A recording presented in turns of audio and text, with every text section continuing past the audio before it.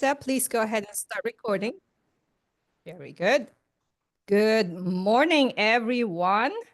This is Ruth Buchanan coming to you live from Florida Makes studio right here in beautiful downtown Orlando. It is my pleasure to be your host for today, and I would like to recognize a wonderful set of team behind me. We call ourselves the webinar champions. And this reason we do that because we are dedicated into providing you good content through the medium of webinar, which is now tied in with our studio capability. So it's starting to sound like a TV show, but so welcome everybody. So today's topic is super important. It has been bubbling up since really last year. Our diligent business advisors have been working, making sure we get the right information. And then, of course, we have partnered with Cyber Florida. I'm going to let Jolie talk a little bit about that partnership with Cyber Florida. But today's topic is cyber security fundamentals for Florida manufacturers. So let me see if I can advance the screen. There I am. Oh, there I am. So Florida Makes, our mission is to improve the productivity and technological performance of Florida's manufacturing sector. And our vision is, it's changing very soon because we just entered our second 10 years. But for now, we've been living that vision for the last 10 years. Florida Makes is the recognized leader for strengthening and advancing Florida's manufacturing economy. And these 6 bullets, many of you that have been attending, we mention this all the time because really as Florida's Manufacturing Extension Partnership, MEP, we cover a whole host of service offering to help the manufacturing sector grow here in the state of Florida. So we cover anywhere from technology, acceleration, and innovation, cybersecurity, which is today, intellectual property. We had one in November. We may bring that back because that's also very important. Something near and dear to Connor's heart, supply chain optimization. That's important. And bread and butter of the organization is our performance assessments that our business advisor do for you as a service. If you haven't had one, please make sure you contact us because continuous improvement is key to ensuring that your productivity stays on par and continues to improve. Workforce training, Marcelo and Marielle, our teammates, are doing a wonderful job on that one. By the way, we have another one with them on April 25th. So stay tuned for the Employer of Choice program. And then where I say I come from is a business growth and financial services. So keep those in mind as you engage with Florida Makes. Today's key takeaways, we have 4, such an important topic. We couldn't just keep 3. So there's 4. Number 1 is to gain clarity as we present the key concepts of cybersecurity, CMMC level 1 and 2, the DIB, you all should know that, FCRA, and other pertinent acronyms. Andy will go through a lot of acronyms today. We also want to have a roadmap for starting a cybersecurity practice if you don't already have one, and the overview and key steps for achieving CMMC compliance for defense suppliers. We're going to start with overview and key steps this time. We promise we'll have a webinar 2.0 on this one. Lastly, there are no-cost resources provided by Cyber Florida, including the critical infrastructure risk assessment. And it is my pleasure to bring to you today my teammate, Jolie Martin. She's our Northwest Regional Director, also working as a business advisor for that big swath of land up there in Florida with 2 time zones. She's always going back and forth in that area. I adore Jolie, so I love having her with me today. And of course, Andy Seeley from Cyber Florida. Super awesome. Jolie will tell you about the roundtable that we had done with Andy at Martin County last week or so. So Jolie, go ahead. Well, thank you, Ruth. Appreciate it. And of course, I love working with this team because all we want to do is help people move forward with their businesses. And this topic is so important. Some of you on the call in the audience are already seeing some of that cybersecurity language show up in contracts, RFPs, RFQs. And let's face it, as a country, we need to pay attention to cyber. All businesses are impacted in some way. And it's a topic that we all have to really pay attention to. It's my pleasure to introduce Andy Seeley today as one of our speakers. He works with our Cyber Florida team. Cyber Florida, some of you may or may not have heard of. They're kind of incognito a lot of times. Not everyone has seen them. And they've been really tasked by our Florida government to help Florida resiliency in the cyber arena. It's ever changing. The landscape of it is forever evolving as technology changes. So do the hackers, and so does everything else. So it's important we stay on top of it, and that's where Cyber Florida comes in. I'm blessed to sit on the advisory board with Cyber Florida, and because of that, this conversation with Florida Makes evolved so that manufacturers and others could benefit from what Cyber Florida is bringing to all of us. And Andy plays a role on that team. Andy is a educator, cybersecurity professional and consultant, and a little bit of a jokester. You'll find that out on your own. And we love working with Andy. He recently did a roundtable down in Martin County where people from the community were able to sit in, get some great information, and ask questions and all of that. And we're going to see those roundtables offered throughout the state. The next one will be in Northwest Florida, but there will be more. And I don't want to take any more time from Andy's topic because there's a lot to cover.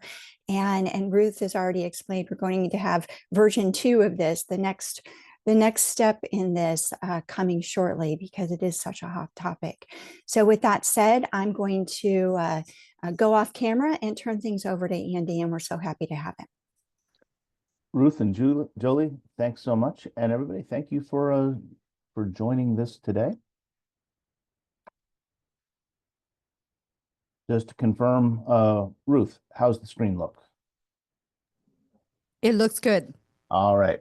So you guys, thank you for the introduction for me. I'm Andy Seeley. I'm broadcasting to you live from sunny Tampa, Florida. And let's talk a little bit about cybersecurity practices for Florida manufacturers and the defense industrial base, the DIB. This presentation is brought to you from Cyber Florida, as we discussed. The principal for this is Brian Langley, who's the lead program manager for this.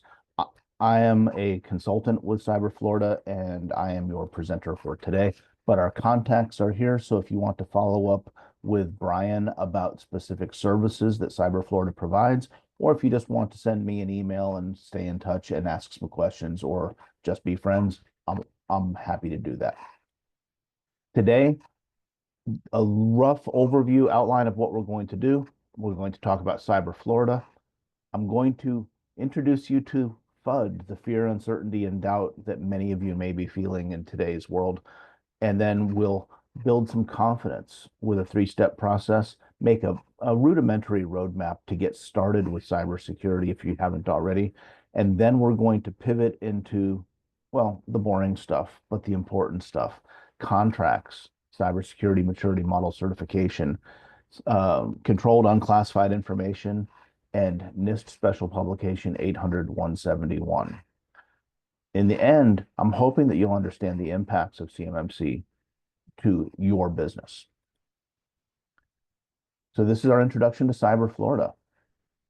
This is coming out of the state legislature. State legislature funded Cyber Florida executed through University of South Florida to do these things. This is our charter, and it is defined in the Florida statute 1004.444, where we want to position ourselves as the national leader in cybersecurity, create jobs in our cybersecurity industry. We want to share cybersecurity knowledge, resources, and training across all commercial sectors of the state of Florida. We're looking for research and development agreements and partnerships, public-private type partnerships, and advancing the science that leads to the creation of new technologies. Things that Cyber Florida does, there's a lot more to it than what I'm going to show you. We only have such a limited amount of time, so I want to just set the stage for you to go look for more. Cyber Florida does workshops and training activities around the state. Network noise is a popular one where we do a tabletop exercise that basically melts down your company and sees how your processes and people respond to different scenarios. A tabletop exercise, by the way, is a requirement to be done annually for CMMC. We do CMMC workshops like the one we mentioned in Martin County, and this plus the next webinar kind of count as the content for a workshop. We do third-party risk management, incident response planning, insider threat management, workshops or talks or discussions with you about how you can get started, and custom workshops. If you want to do something unique for your business or your commercial sector, talk to Cyber Florida, ask them what's possible. The key aspect of Cyber Florida that I want you to remember and take away is the Critical Infrastructure Protection Program. Manufacturing is a sector of critical infrastructure. So critical infrastructure defined by Department of Homeland Security and the Cybersecurity and Infrastructure Security Agency, CISA. Manufacturing is one of the 16 defined critical infrastructure sections. So you qualify, you fit in the umbrella for Cyber Florida's Critical Infrastructure Protection Program. What's available to you are a set of templates to get started for different operating plans, but also this free online cyber risk assessment. You go to the link at the bottom of the page, cyberflorida.org/CIP, and you can see the links from there to jump into the self-assessment. There's two. There's one that's very short and one that's more comprehensive. These are not immediately aligned with CMMC, but they cover probably 70 or 80% of the same topics. Going through the self-assessment doesn't solve, doesn't make you CMMC certified, but what it does is it helps you understand where you're at today and helps you plan and prepare to move forward in your security. So it's a fantastic resource that you would have to pay plenty of money somewhere else to get, and Cyber Florida offers it to Florida industry like yourself at no cost.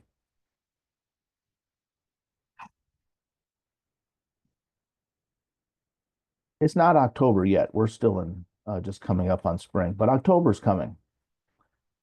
And there's a lot of things in October. I want you to keep October in mind because it's far enough in the calendar year that you could use October as kind of a landmark or as a goal to achieve certain things in cybersecurity. It's ADHD Awareness Month. It's Domestic Violence Awareness Month, and Dwarfism Awareness Month. But it's also my wife's birthday month, and it's Socktober, a month to celebrate socks. None of those matter as much as it being Cybersecurity Awareness Month. So every month, by the way, should be Cybersecurity Awareness Month, but this is the month where the federal government makes a big deal about it. And here's why. Have you followed the news? Do you see cybersecurity come up in the news regularly? If you're paying attention, if you're watching, you're seeing it. For example, DPRK, the Democratic People's Republic of Korea, aka North Korea. This was just last year, not even a year ago. What a fascinating story. So this dude, Matthew Knut, was a front for North Korean government, and he was getting jobs online as a cybersecurity engineer or as a computer engineer around the United States and having remote jobs and having laptops shipped to him from companies, installing North Korean software on it so that North Korean actors in Pyongyang would remote into those laptops and from there do the actual jobs that the guy had been hired for around the country, but then also be mapping and exploiting different companies that they were working with, exfiltrating cash in the form of their pay to fund North Korean military and intelligence activities. One of the companies that was caught up in this was KnowBe4. Many of you may have encountered Know before. It's a cybersecurity training company, and they're headquartered in Clearwater, right across the bay from where I'm sitting today. Everybody is capable of getting suckered by something like this, and this is a nation state actor that wishes us harm. Iran, in the last year and a half, they were using this brute force attack and exploiting vulnerabilities in multi-factor authentication and passwords to create exploits across critical infrastructure in the United States. And their goal was not necessarily to cripple US critical infrastructure, but to sell that access to cyber criminals in return for cash to fund Iranian activities. And then those cyber criminals would use those accesses to do ransomware attacks and extract more cash out of critical infrastructure agencies. In Russia, this is attributed to a Russian state actor. Ransomware attack, the largest of its kind on a healthcare system in the United States, on a healthcare organization in the United States, where 100 million people were affected and had their personally identifiable information exfiltrated from the healthcare organization and sold on the dark web. This impacts us personally as well as professionally. So your firms, your companies, you're the juicy target. Software supply chain attacks, when you're using a complex piece of software that's made up of other pieces of software, knowing how the pedigree of that software is managed and what types of backdoors and exploits could be being brought up into that. Industrial espionage, your private commercial company, your trade secrets are part of the strength of the United States. Phishing attacks and ransomware and malware and denial of service and data exfiltration, these are all things that are happening around you and potentially to you.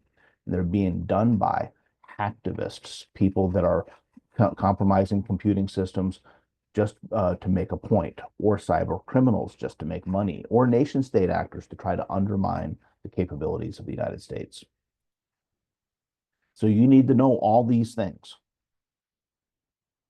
in order to secure your systems. I'll pause for a moment and let you count quietly to yourself. How many of these do you know? You might be thinking, but I'm in manufacturing. This isn't my world. And you're right. So now are you wondering, are you up to this? Is your business up to this? All the threats, like those three that were headlines from three nation state actors, plus all the thousands of smaller things that happen every month and every year. You have to know about all those, and you have to keep up with all the cybersecurity technologies. You have to develop new business processes. You have to hire people.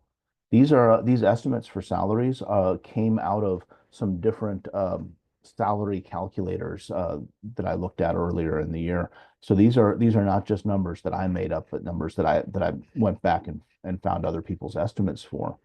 You're going to hire a chief information security officer. Well, that's a $150,000 salary to start for a cheap one. Security engineers, 130K. Your governance, risk, and compliance analysts, around 110. A security operations center analyst, 95. You don't have those people today unless you're a cybersecurity company, but now suddenly you need to worry about those. And what's the risk if you don't do this? If you've been saying, well, my business is manufacturing things. I'm not in the cybersecurity business, so I'm going to not embrace all of these things. What risk is increasing in front of you right now? Risk of reputation if you're compromised. Your customers going away because they can't trust doing business with you. The loss of your intellectual property that not only undermines your business, but the United States. You're losing money. You're spending more money now trying to close the gaps than you planned for. And it all just leads to your business failing. Did I mention this is the doom and gloom? This is the doom and gloom presentation. So how are we doing so far? If I've managed to kind of scare you a little bit, well, that's kind of the intent. But what I'm really hoping is that for some of you in this meeting, it resonates with you. You're like, yeah, this is exactly what my concern is, and I'm not really sure how to get started. So this is the fear and the uncertainty and the doubt. The fear is fed by this infinite danger that is not your domain, so you feel like you're not qualified to understand it.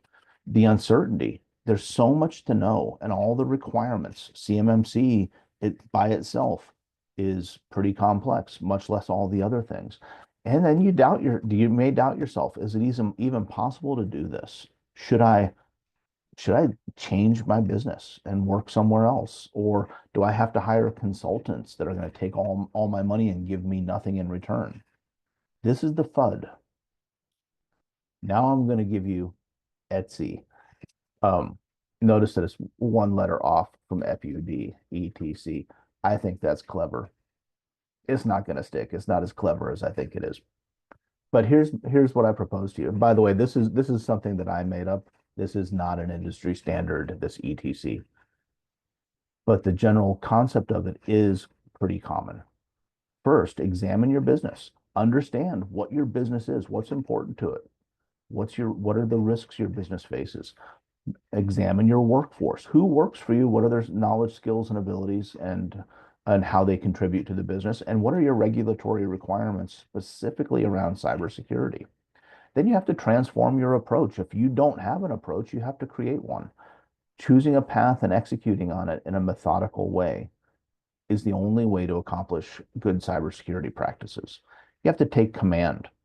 You have to take command of the people, the processes, and the tools to make them well aligned with cybersecurity practices. Measure your risks and manage your outcomes. This is a way to get control of the FUD and move forward. Baselining your business as a first start. You have to clearly document what the business is. If you don't know what's important to you, how do you know how to protect it? You have to inventory your systems. If you don't know what you have, you can't protect your overall environment. Anything that's a computer system, even if it's unconnected from the network, does not mean that it's not a risk.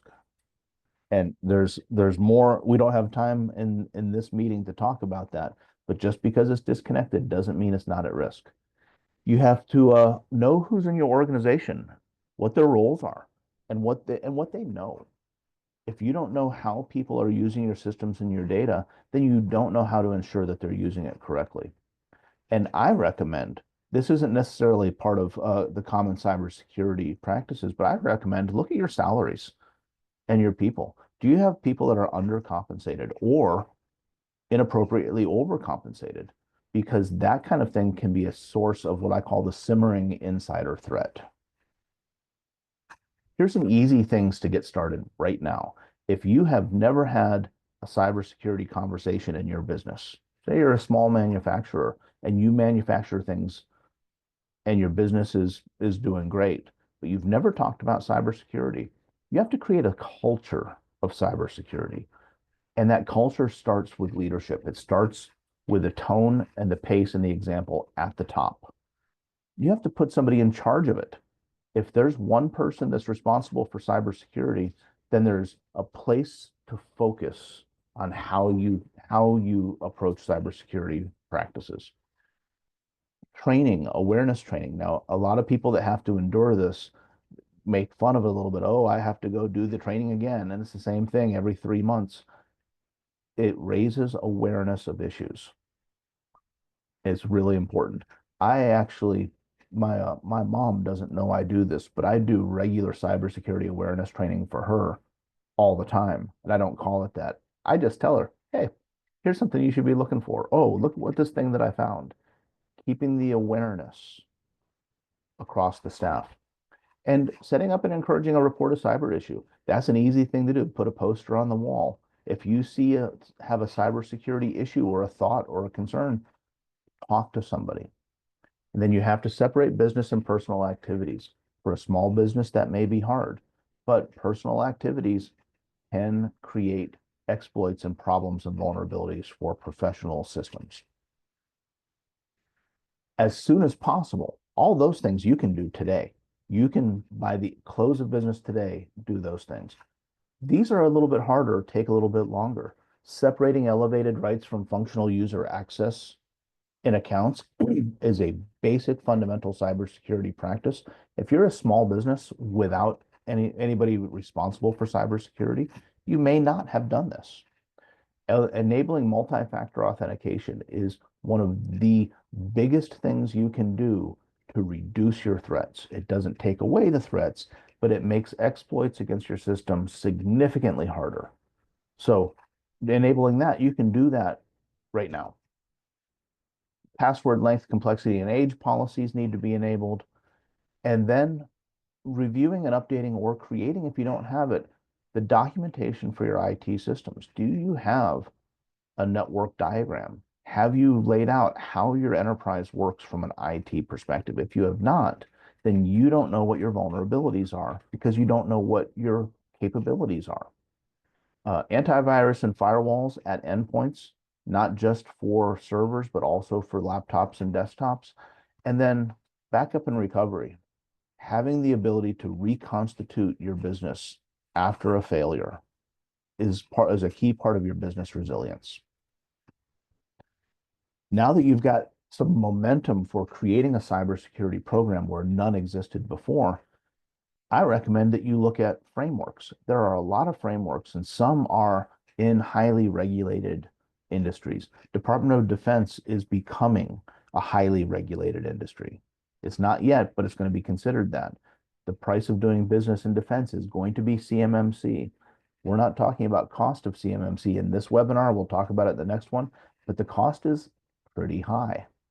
So specific to industries, if you're working for DoD, you're CMMC. If you're working in Department of Energy, it's C2M2. Guess what? That's the same as CMMC. They just reversed two of the letters. These other ones are specific to industries, not specific to an industry. NIST Cybersecurity Framework 2.0 is a great one to choose if you're not worried about defense, but you want to have structure. This little diagram here shows how the CSF 2.0 is oriented on these 5 stages: identify, protect, detect, respond, and recover.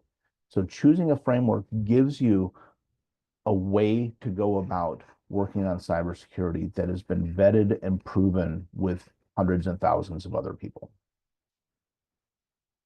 Gather your resources as you're building your cybersecurity program and invest in your workforce for training for everyone for awareness, but staffing specifically for cybersecurity. You've got to have somebody responsible, somebody in charge. And hire consultants, but do so carefully, because in the consulting world, speaking as a consultant, in the consulting world, there are plenty of people that will take your money and leave you nothing in return. Make sure that you vet your consultants. Investing in the right tools, having cybersecurity insurance is directly related to understanding what your business goals and your business risks are. But this is an important part of doing business in the modern day. And then your managed service provider, managed security service provider. If they're not doing the right things for you, find one who is. And then you end up with a long-term roadmap. This is a crawl, walk, run, and you got to start small. And I think when you're starting small, a thing to do is establish some metrics and a culture of reporting, and then celebrate small wins. Don't wait until the big thing is done to celebrate it. Celebrate small wins. Congratulations on completing the cybersecurity awareness training. All of you people who accomplished that within the timeline, we've got a cupcake party in the office. Something like this. Small wins, and recognize people and reward them for doing the right things. This is how you create the culture of cybersecurity. We've gone from FUD to Etsy. I think this is clever. It's never going to stick, but it's a way to take control from all the fear, uncertainty, and doubt. Here's answers to the quiz, by the way. So I had all the acronyms. This isn't all the acronyms in the cybersecurity world, and not all these relate to everybody. But there's a lot of things that a cybersecurity professional knows or needs to know in order to be conversant in the cybersecurity world and make sure that the right things are protected in your enterprise in the right way. You are going to need a CISO, a Chief Information Security Officer. Maybe it's not a full-time person, maybe it's not a fully a cybersecurity professional, but somebody that's responsible for the security and the reporting on the security of your networks. A system security plan is a requirement for CMMC. If you don't have an SSP, then you're nowhere near ready for CMMC. If you do have an SSP and it's 10 pages, you're nowhere near ready, because a CMMC SSP will be anywhere from 200 to maybe 500 pages, depending on your systems. It's a lot.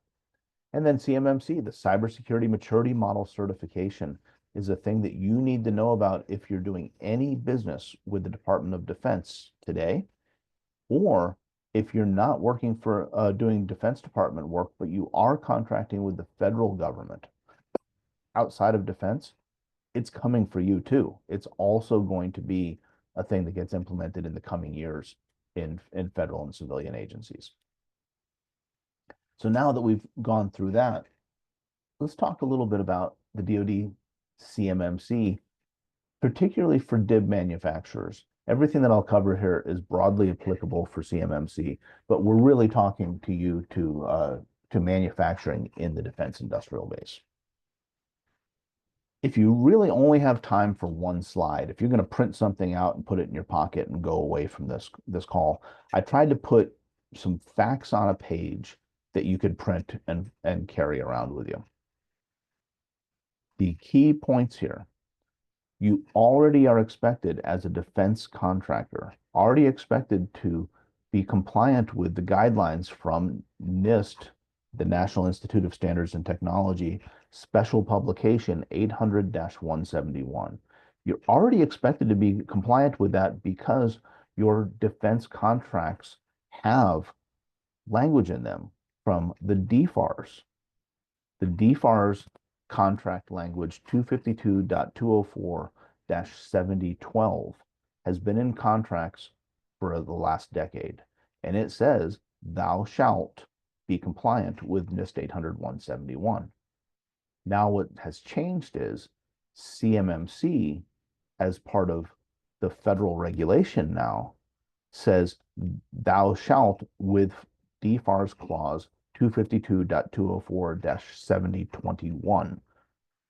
7021 mandates that you be compliant with CMMC, and CMMC mandates that you be 100% compliant.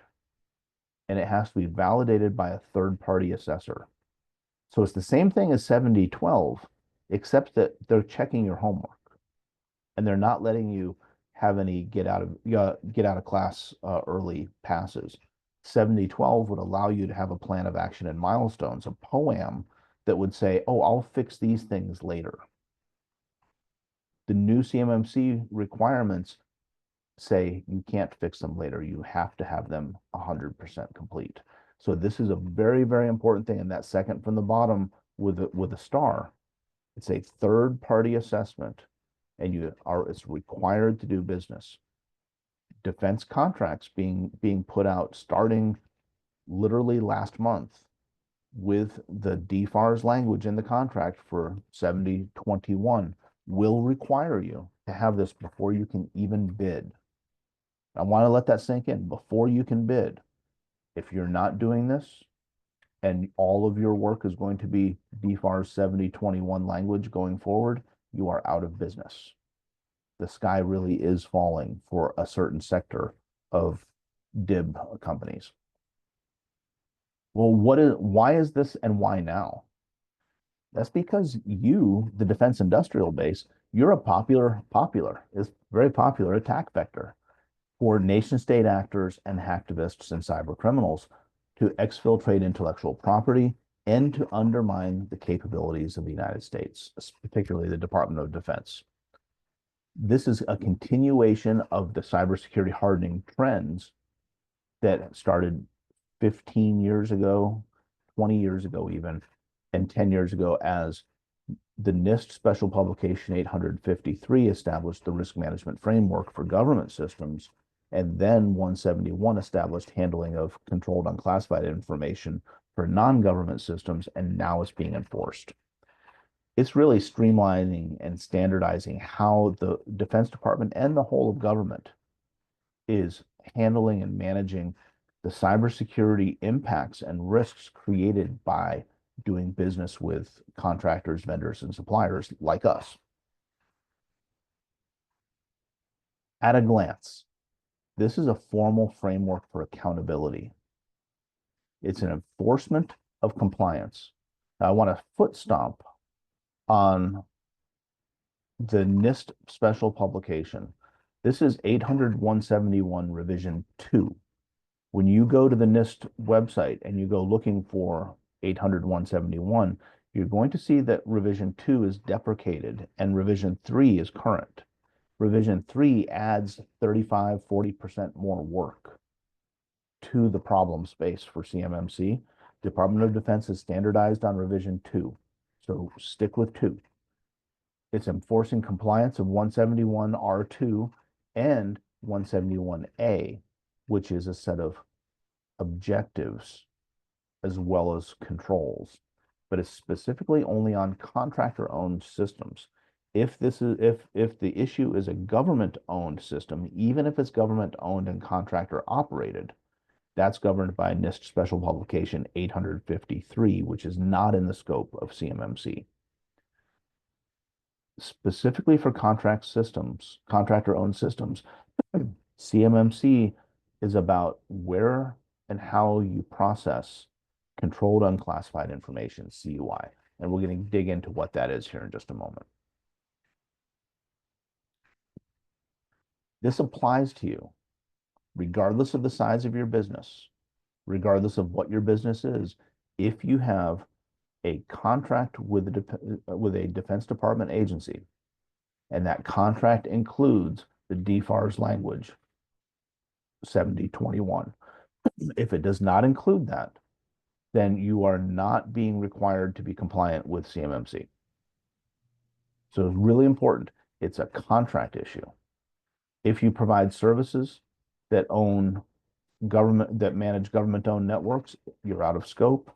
And if you're reselling commercial things, or if what you're selling is below the micro purchase threshold, then you're also out of scope. This FCI, Federal Contract Information, applies to CMMC Level 1. And we're not super worried about CMMC Level 1 because that's a self-assessment of 17 controls, not a third-party assessment of 110. So the Level 1 for FCI management, it'll be in your contract as well that it's required, but that's less of a burden, less of a lift than the Level 2 is. But when in doubt, check your contracts. You have to understand your contracts. So let's look at a little contract language. We'll talk about FAR 52.204-21 and then the DFARS 7012, 7019, 7021. If you've never looked at this language, I want you to see it and at least be familiar with what it looks like and kind of this idea of what you're getting into here. This is the FAR language for cybersecurity hygiene is what this is. It's basic stuff. Limit information system access to authorized users. Limit information system access to the types of transactions and functions that those users are permitted to do. You see how that resonates with what we were saying earlier. Know your systems, know your business, know your people. So that way you can ensure that the people that are authorized to do things are doing things that they're authorized to do in your systems. This is cybersecurity hygiene work. FAR 52.204-21 is not enforced. It's a self-reporting activity. And this is true for defense and non-defense, but it's a derivative thing because the DFARS language references this language. This is 7012 from DFARS. This is the Defense Federal Acquisition Regulations Supplement, if you're not familiar. DFARS language here, it references back to the FAR that I just showed you, but it directly says that you as a contractor are going to implement NIST 800-171, build a system security plan, which is now, with this language is in your contract, you are contractually required to have that. But it's not qualitatively required. They don't ask you to show it to them. They don't grade it. They just want you to have one. You have to have a plan of action and milestones, and then self-report. You self-report your POAM and your score, your self-reported score for NIST 800-171. This language has been in your contracts for 10 years. If you haven't been doing it, technically you've been in contract violation, and the government will spot check on these things. 7019, the DFARS clause 252.204-7019, this defines how you do these self-assessments: basic assessment, medium assessment, and high assessment. This marries back up with 7012, which says you have to self-assess, and here's what's expected out of you. Now we get to the good stuff. Well, I don't know if it's good. It's good for security, but it's not good for us because this is hard and it takes time to do. I have a new contract. It has DFARS clause 252.204-7021, and it says the contractor shall have a current CMMC certificate, and it's a requirement in order to bid, because they're not going to allow you to POAM this, and they're not going to award work to a contractor that says, oh, I'll be ready in time. Because cybersecurity projects are like every other project. Time can be tricky. This is also important. If you have subcontractors, the subcontractors have what they call flow down. The 7021 language is a flow down language. So if you're a prime and you have a requirement for CMMC certification, so too do your subcontractors. If you're a sub and your prime has this requirement, so too do you. And your prime should be communicating to this to you with red sirens and alarms going off. These are some examples. Now, I work mostly in the services, IT services for government and defense. I'm not a manufacturer by background, so I don't have examples from manufacturing to show you at the moment. But here's some language from some services contracts that I bid on last year. Last year, remember, 7021 is only showing up in contracts in the last few weeks. So last year, here's an example of a 7019 DFARS requirement. This came in Section K of this FedSim task order, requiring what we do. In the PWS for this task order, you can see on the right there, the subtask 1.11, there's this language about being certified for CUI. But remember, this contract was a year and a half ago.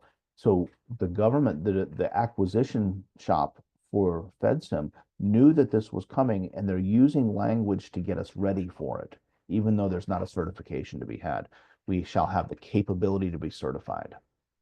And then you can see in the contract clauses on the bottom, there's the 7012 language. In the contract clauses of this RFP, it clearly states 252.204-7012, thou shalt safeguard CUI via NIST 800-171. Because when you go and follow that down to the actual language, it clearly states this is what you have to do. This is the contract language that you will see in your contracts.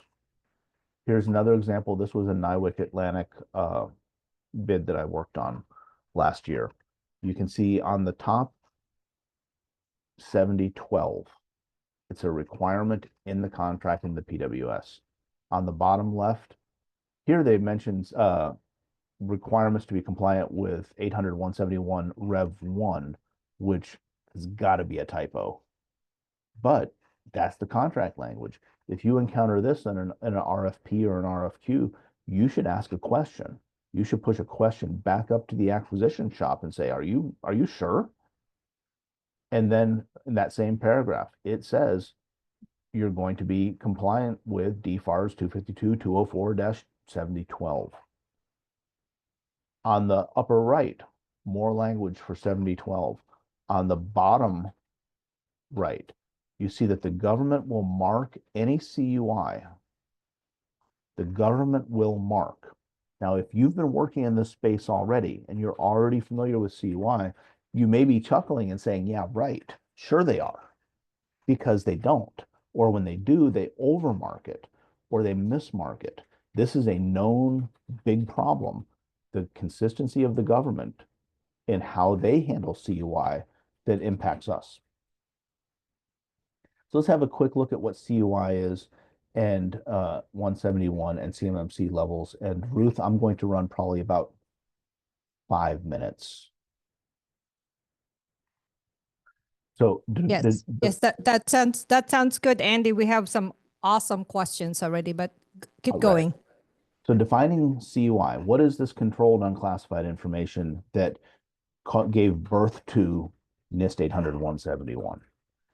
Well, it's defined by NARA, the National Archives and Records Administration, and you can follow this link on the slide here and go look at it for yourself and see how they define it.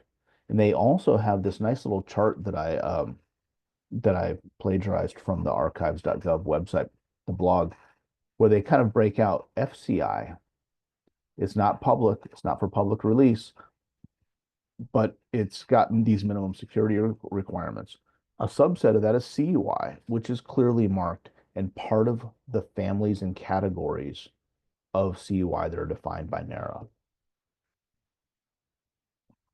And those are these categories. So there's 20 NARA categories for CUI. I highlighted in green the ones that are probably interesting to us in this call, but financial, immigration, intelligence, legal. If you look at this too closely and you really are splitting the hairs on things, you could come to the conclusion that the very air we breathe in this room is CUI. It's really, really difficult to find what is and what is not CUI and then establish what your boundary is. This actually is the key thing to do when you're getting started with CMMC, is figure that out. What is the CUI I'm worried about? What is not? And each of these categories, they have additional definitions under them. So for example, in defense, that breaks down into these 5 subcategories, one of which is controlled technical information, which I am pretty sure is going to cover a lot of manufacturing details. If you're getting CUI marked data from the government that is a manufacturing requirement or a diagram or an architecture or a schematic, that is likely to be controlled technical information under the defense category. And in the bottom right, I also give you a quick screenshot from the DoD CUI program. So if you go to the website is dodcui.mil, lots of great information here. But also, the closer you look at it, the more you may see that there's some redundant information. There's some things that maybe haven't been updated. This is complex and moving fast, and the organizations that are responsible for teaching us what they want, they're behind as well, trying to keep up. So you have to come at this with a little bit of patience to figure out what's really going on. But in the DoD CUI program, they further define what these things are from a DoD perspective, even though NARA is responsible for that initial guidance of what the families and the categories are. And you can see here, controlled technical information is technical information with military or space application that is subject to controls on the access, use, reproduction, modification. Well, you can read it. It's what you do as a manufacturer is defined here by the DoD CUI program. The marking of CUI in defense, not in federal and civilian, but in the Defense Department, is described by Department of Defense Instruction 5200.48. So 5200.48 has examples, and they are not really very good, but they have examples. There's a marking requirement. So if you read this document, it's not that bad for a DODI. It's only like 48, 50 pages or so. But when you read section 3, it gives you the marking requirements. At a minimum, CUI markings for unclassified DoD documents will include the acronym CUI in the banner and footer of the document. What's the banner? Is that the top of the page or is that the front of the page? I don't know either. But it tells you this. But then it also says that the CUI designation indicator for all documents and material should have this on the cover page, controlled by, what the category is, and what this distribution and dissemination control, like, is it releasable to non-US people, or is it no foreign, or is it limited distribution, or is it an ITAR issue? Things like that would go on that line. And then there should be a point of contact for who designated this as CUI. If you're not seeing these markings consistently in your government documents coming from your contracting shop, that's because they're not read up on 5200.48, but they're getting there. They're getting there. So this is what the Defense Department says is how things should be done. Let's talk about NIST 800-171. So this, this wall of text, these are the best briefings ever, aren't they? You can close your left eye and read the third line from the bottom for me if you'd like, or you can just focus on the highlighted bit of the text. I just wanted to really focus on this, is that NIST Special Publication 800-171 provides agencies with the requirements for handling CUI in non-federal systems. Non-federal systems. And this applies to all components of non-federal systems and organizations that process, store, transmit, or delete, or receive CUI.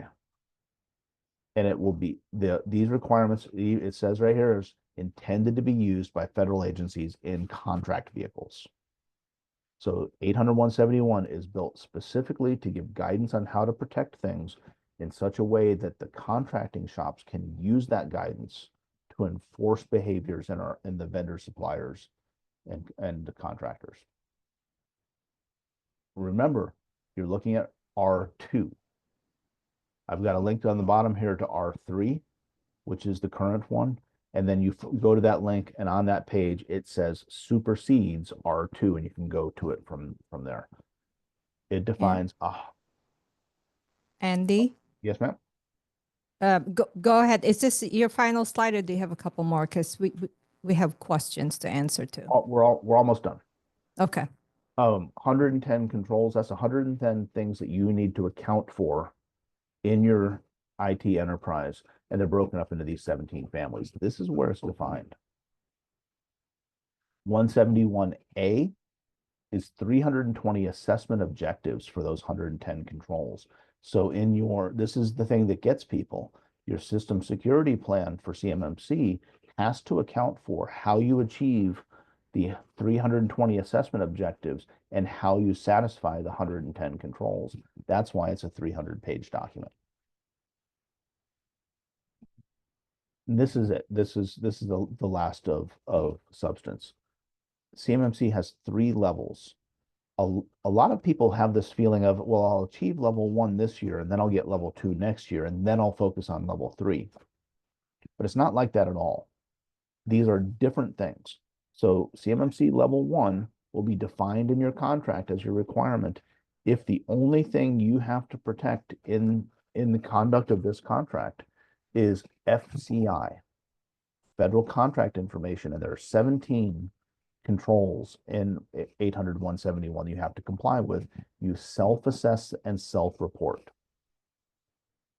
I don't think that that's the issue. That's not a problem. The problem is level 2 for us, because that's 110 controls you have to be 100% compliant with and be assessed by a third party. This is where most of us that have a problem with CMMC are going to live.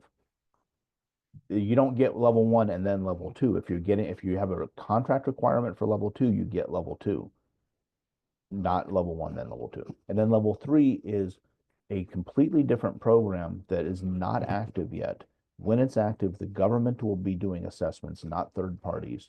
And it's designated specifically for firms that deal with weaponry. Like if you're building submarines or missiles or something like that, not the components for them, but you're the prime contractors for those, you are likely to be a level 3 requirement. And I've heard that there's only a few hundred firms around the country that are expected to require that. So that's not on, I don't want you to be concerned about that at all. So here's key takeaways. We have no cost resources provided by Cyber Florida. You can, if you're feeling FUD, you can use the Etsy way to get out of it and implement easy best practices, build a roadmap with checkpoints, make cybersecurity part of your culture, make it enable your business. You have to understand your contract requirements in order to succeed with CMMC. And DIB firms, you have to focus on CMMC compliance or you're going to be out of business. The sky actually is falling with this. And that concludes my presentation for you, and we'll do Q&A next. But if you'd like to follow up with Cyber Florida, please do follow up with Brian Langley, and his email is here. Thank you so much, Andy. So here's what we're going to do, because there's a lot of great questions. I'm going to do my quick closing, just reminders, and then we're going to do the Q&A. We will end the recording at 11. However, those that can stay longer, we can go ahead and do. Andy, if you're okay to stay another 10, 15 minutes, and Jolie, are you okay to stay another 10, 15 minutes? And Brian, I see you on too. We're good. So I appreciate the ability to just pivot here on the dime. So a couple of closing questions, comments from me. Yes, everybody will get the slides in an email from me. Everybody will get a separate email directly from Zoom for the recording that will end at 11 o'clock. And Malvina, you're leaving soon. Email me where you're located and we'll have our business advisor follow up with you. And at this point, Jolie, I'm going to let you lead the Q&A, please. Perfect. Thank you, Ruth. Andy, thank you. What a great job. I know it's a heavy topic, right? And for all of the attendees, it's a topic that for those in manufacturing, we've been battling for a long time, right? 800-171 has been around a while. For companies who have been working through that since the beginning. It's been a painful process as things change and ebb and flow, and threat constantly evolves as well. So there's some great questions, and I just want to say a couple of them are going to require a more in-depth answer. And for those, I think the best way to handle that is to allow Andy to put that in some context, right, and into written form and get that out to everyone. And Art, I'm specifically addressing some of the questions that you asked. I want to be mindful of, that isn't a one sentence answer by any stretch. So I just want to be on point and transparent with that. So the first question, Andy, that we had is, could we talk just a moment about cloud security and we'll call it the jitters, right? The jitters that people have around using cloud-based items. I think that's pertinent here because so many of the softwares we use, so much is forcing us almost to move toward that cloud solution. And so I'm wondering if we could talk about that for just a moment, and then we'll hop into a couple of the other questions. I'm actually planning on covering cloud in the webinar 2 a little bit, but I'm just looking for a quick reference so that I don't misspeak. Because cloud, there's such ambiguity there and frankly fear around using cloud at all. And if we could gain some context there, I think it would be helpful. So there's a cloud phrasing in DFARS 252.204-7012. If the contractor intends to use an external cloud service provider to store, process, or transmit any covered data, CUI, The contractor shall require and ensure that the cloud service provider meets security requirements equivalent to those established by the Government for Federal Risk and an Authorization Management Program. So this is a FedRAMP. Yep. They have to have the FedRAMP moderate equivalency. There's a FedRAMP moderate equivalency approval that they have to have. Actually, with the final rule of CMMC, the government did us a great favor. They haven't done us a lot of favors, but they did with this. The original language was going to be that your cloud service provider had to be CMMC compliant themselves. But now what they've accepted is that if they're FedRAMP moderate equivalent, then that's acceptable. But it also comes back to, so there's two things that everything will come back to all the time with at least from my perspective. What does your contract language say? And also, what is your CUI boundary? When you do your CUI scoping, you look at how do I get it? Where do I store it? How do I process it? Who has access to it? How do I destroy it? And how do I transmit it? If you understand that end to end, and a piece of that goes through a cloud service provider, that needs to be FedRAMP moderate baseline. Otherwise, if it doesn't go through that, then it's out of scope. Okay, fair enough. I think that's a good base answer, right? That I know you'll dig into in cybersecurity 2 when we get back together on the topic. But if there are additional answers around or questions around that, please just email us or put another question in the chat. But I think that's a good foundation. Let's now pivot over to the ever-evolving question of what exactly is CUI. That is by far one of the largest hurdles for sure, because the definition seems to change depending on your point of contact at the organization who maybe has put out that RFP, RFQ, et cetera. There also seems to be, not to be weird, but there seems to be some protect my fanny things happening around CUI, where some of our manufacturers have met the requirements, but then a POC or a government partner steps in to do a site visit, and they're expecting that manufacturer to jump through additional hoops that aren't required because it's not CUI. It's we're protecting ourselves, right? So I just want to spend a moment clarifying what exactly is CUI. I want, if we can have a firm definition.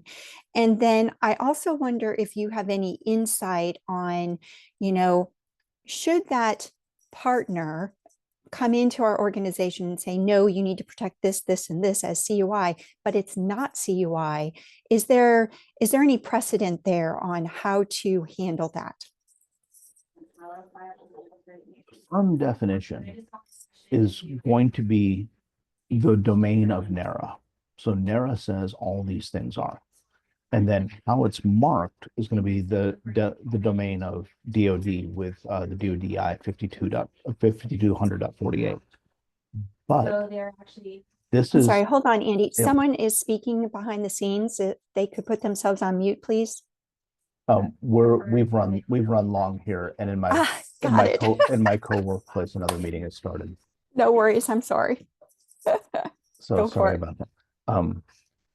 This is what I call a mommy's belly problem. When your kid asks you, where do babies come from? It depends on which kid it is. If it's a 5-year-old, the answer is mommy's belly.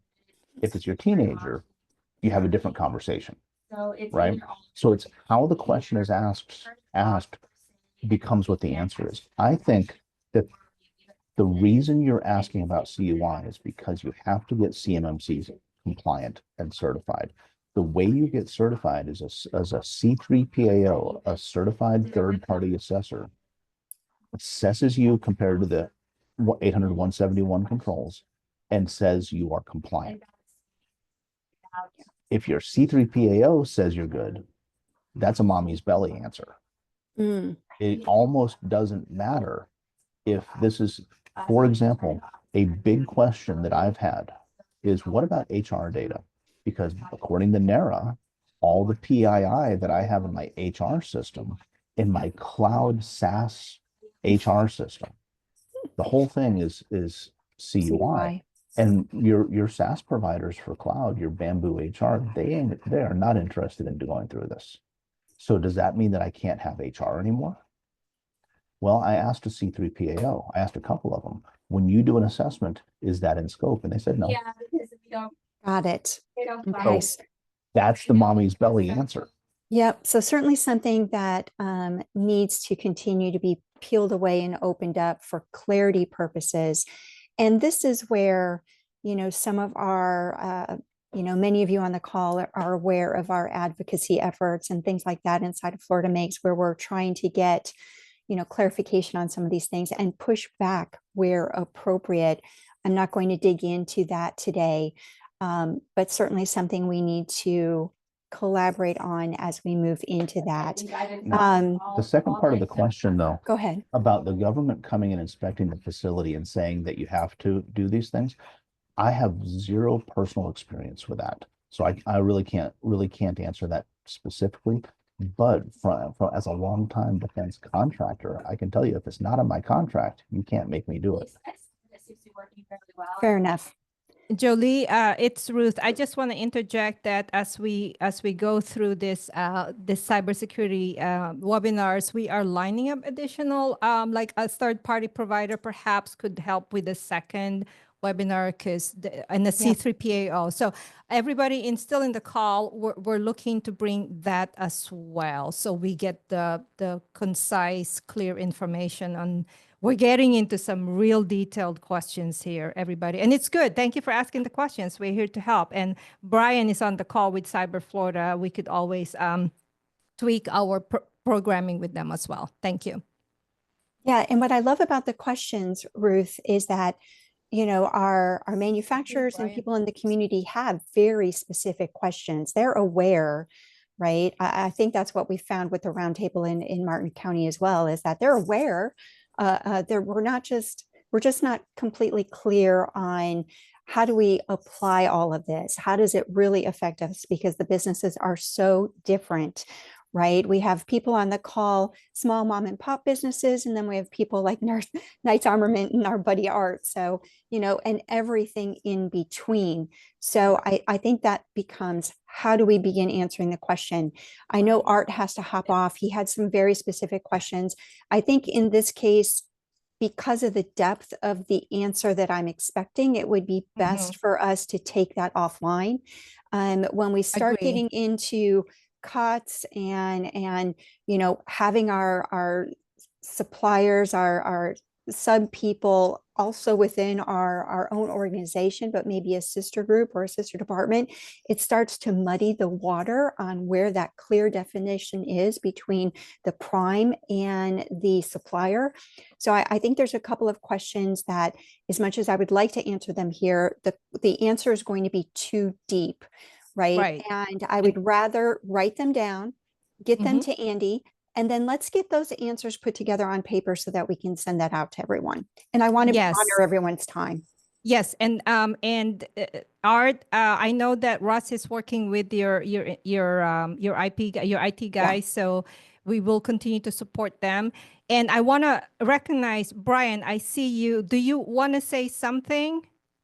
Go ahead and unmute yourself. I can see you. Go ahead. No. I just thank you, Andy, and for all of you. For those who know, we are really delving into a very solid partnership with Florida Makes to leverage our capacities and services and even some funding to really build up and support the value proposition of those operating the defense industrial base. So this is an evolving effort on our end to kind of learn from you all and to come back with the information, the guidance, the support that we have, and just be advised that the general who oversees Cyber Florida is a 4-star Marine general named Frank McKenzie. And he was a combatant command commander for CENTCOM. And so he is very much focused on supporting and working with Florida Makes to support our defense industrial base for the purpose of supporting the warfighter, our communities, our contractors, and all the things that are happening in DC right now. We are really needing to band together as a collective. And I just want you to know that thanks to Andy's leadership and everyone in Florida Makes, who we deeply enjoy working with, we are committed to sustain and support this initiative as it relates to CMMC, and especially the work that's coming from our efforts in supporting the legislature through our risk assessments, through our services and tools, assessments. We're going to be really building those out. So just please be advised that this obviously is a work in progress, but we are committed to this mission. And so we thank you. Thank you for the statement, Brian. We appreciate the partnership. Jolie, we have a few more minutes. Thank you so much. Yeah, so I think the other question, a lot of the questions were a little deeper in an answer, so I don't want to go there. But maybe we could answer a little bit about some of the assessment component that you all talked about, and there's a difference between self-assessment and assessing through a proper regulatory organization or something like that. Andy, could you spend just a moment talking about that, or am I clear with my question? So, yes, I can talk about it. No, you're not clear on your question. Yes, I can handle it anyway. Good.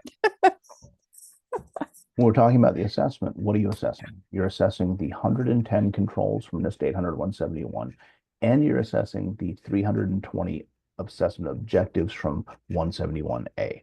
So here's a long list of things. Did you do it? How did you do it? The assessor is going to look for not just your compliance and your description of your compliance, but how your policies and your processes, your business activities, how they are compliant, and also the evidence. Did you enable two-factor authentication? Yes, Yep. here's a screenshot with a button clicked, things like that, all the evidence. So if I am self-assessing, I'm going through the CMMC assessment process and I'm checking all of those things. Do I have them documented? Do I have the evidence of them documented? Or if I'm not doing them, why not? And dig into that. So I can self-assess anytime. In fact, a CMMC level 2 certification that is required to be conducted by a third-party assessor every 3 years. Year 0 is a third-party assessor. Year 1 is expected to be a self-assessment. Year 2 is a self-assessment. Year 3 is a third-party assessment. So there's an Perfect. expectation for self-assessing. Level Thank you. 1, don't ask me no questions. I'm going to keep on talking. Level 1 is a self-assessment. 17 controls, you go document those things yourself. Yep. There is talk about in level 2, there are certain categories of companies that can self-assess for level 2. I think that's a false flag for pretty much everybody. Yeah. There's going to be a very, very limited number of companies that are authorized to do that level 2 self-assessment. So don't think you're one of them. Yeah, nope, that's fair. And what Andy's mentioning, right, should not be new for any of you in manufacturing. You have quality requirements, you have quality things. It's not unusual for you to talk about documented evidence of how you do things with your processes and procedures. Certainly, internal quality audits and things like this are not new to you. Granted, this topic is different, but the path of it is very similar, and being able to show that documented evidence is hugely important to back up your processes and procedures. So good deal.